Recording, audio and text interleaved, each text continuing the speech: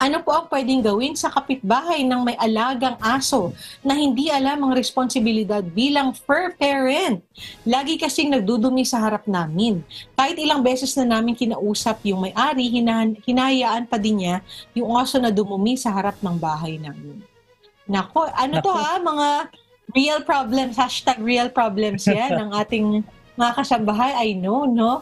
Siyempre, ano yan, talagang madalas na nangyayari, no? Baka naman madaan sa usapan, Atty. Nat, kaya lang ilang beses na lang totoo. kinausap. Baka pwede lang ipabarangay ito, Atty. Nat, no? Pwede. Kung Pwede, gano'n. Attorney M. Oo. Napaka-close pa naman to sa puso mo na issue, Attorney M. Yes, oo. Sasabihin ko pa naman may pagdinig ngayon ha sa Senado sa pag-a-amend ng Animal Welfare Act, no? So, syempre tutukan natin kagaya nung ay syempre nasabi ko na yan kay Attorney Nat, close to my heart.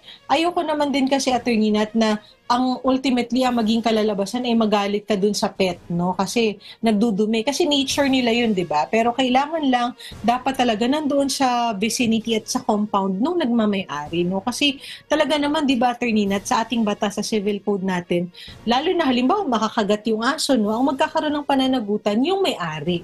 So in the same manner na Totoo. kung nakakaperwisyo, nakakabahala yung actuations ng mga pets natin sa ibang tao, ay talagang magkakaroon po ng pananagutan yung may-ari, no? So talagang sa akin, no, kung merong homeowners association, Attorney Nat, no, pwede rin muna doon idulog, no, bago sa barangay, no, para mapag-usapan muna kasi minsan may mga ganun yun, no, may mga clusters sa mga subdivisions, baka pwede pong idulog yan para ma-address din po ng homeowners association. Kung hindi talaga kayanin, baka pwede na pong ipabarangay para po Totoo. maayos. Oo. Yes, Attorney Nat. I'll take this opportunity, Attorney M, no? Kasi 'di ba sa atin, Mm. sa Animal Welfare Act, kailangan mag-provide ng Mm. adequate na shelter, adequate Yes. facilities for your pet, not to damage other people. Tapos in relation sa sinabi mo sa Civil Code, yung I think Article 2183, na ang Mm. owner or possessor of the pet ang magiging liable for any damages caused by the said pet. So dapat sa ganitong Mm. situation, pag on ka ng pet, make sure na hindi ka makakagambala sa iba kasi meron siyang legal Mm. implication.